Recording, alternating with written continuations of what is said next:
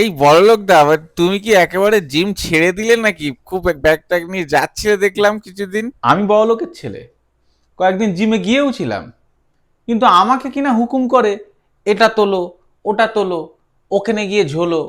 ভাবতে পারিস আমি বড়লোকের ছেলে, আমাকে কিনা বলে উঠবোস করো। তাই নাকি? আমার থেকে তোর কি এমন বেশি আছে যে আমাকে হুকুম করিস? এই তাই তো। হাতগুলো একটু মোটা মোটা হয়েছে আর বুকে একটু মাংস জমেছে বলে হুকুম করবি? শালা বুঝি না, মানুষের হাতে একটু গুটি হলে এত অহংকার হয় কিসের? গুটিরা তো অহংকার। জিমের মধ্যে এই গুটিওয়ালা ছেলেদের ভাবই আলাদা, সারাক্ষণ এরকম ভাবে আছে আর আমার দিকে তাকিয়ে তাকিয়ে মিটকে মিটকে হাসছে। প্রথম দিনই ট্রেনারকে এগুলো নিয়ে বলতে গেলাম, তা আমাকে বলে বেশি কথা না বাড়িয়ে 20 কেজি তুলে নিয়ে চেস্ট প্রেস দাও। আমি বড় লোকের ছেলে, রাগ হয়ে গেল। টাকা দিয়ে জিমে এসছি আর আমাকে কিনা ভারী ভারী জিনিস তুলতে হবে? তাহলে আপনাকে কি করতে রেখেছে বলেই দিলাম। বলল তার মানে? মানে আবার কি? আপনি করবেন, আমি দেখে দেখে শিখবো। ঠিকই তো। প্রায় 15 দিন এভাবেই চললো। বডির কোনো ইমপ্রুভমেন্ট নেই দেখে জিমের মালিককে গিয়ে ধরলাম। এইসব ট্রেনার দিয়ে বডি হবে? ট্রেনার বদলান। তারপরে? চুকলিখোর ট্রেনার আবার কিছুক্ষণ পরে মালিককে ডেকে নিয়ে এসছে। বলে ট্রেনার ওয়েট তুলেছে আর আমি সামনে বসে ছোলা ভিজে আর কলা খেতে খেতে দেখেছি বলে বডি বাড়েনি।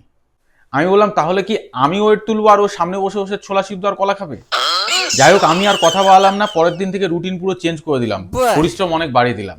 বাহ বাহ। 3টে ডিমের জায়গায় 6টা ডিম, কাজু কিশমিশ, ছাতুর শরবত, 250 ছোলা বাদাম ভেজে, এসব সহ প্রায় টানা 1 মাস আরো জিম করলাম। কিন্তু বডির কোনো পরিবর্তন হচ্ছে না দেখে মালিককে গিয়ে একদিন আচ্ছা মতো ঝাড় দিলাম।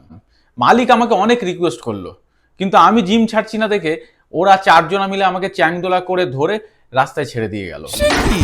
আমি বুঝলাম জিম আমার জন্য না, আমি যোগা জয়েন করলাম। এখানেও ট্রেনার আমাকে নিয়ে চিন্তিত, একটা আসনের প্রতি কেন আমার এত কনসেন্ট্রেশন। আমি বললাম সব সাবজেক্ট অল্প অল্প জানার থেকে যে কোনো একটা সাবজেক্টের উপরে পিএইচডি থাকা ভালো না? যোগা সেন্টারের মেঝেতে পাখার নিচে আমার পার্মানেন্ট যোগা ম্যাট পাতা, সকাল বিকাল দুবেলা যোগা করছি। যোগা আমাকে পেয়ে বসেছে। সবার দ্বারা সবকিছু হয় না, আমার মনে হচ্ছে যোগার জন্যই আমার জন্ম। হ্যাঁ হ্যাঁ। বিকেলে সবার আগে যোগা সেন্টারে যাচ্ছি। বেরোচ্ছি যখন দারোয়ান পাখা লাইট বন্ধ করে দিয়ে বলছে উঠুন, দরজা বন্ধ করব।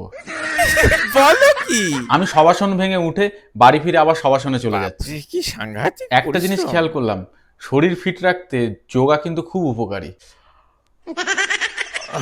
যাই, হ্যাঁ, যোগা আসছে, হ্যাঁ যোগা করতে হবে, একটু আসনের মধ্যে ঢুকতে হবে, একটু ব্যস্ত আছে।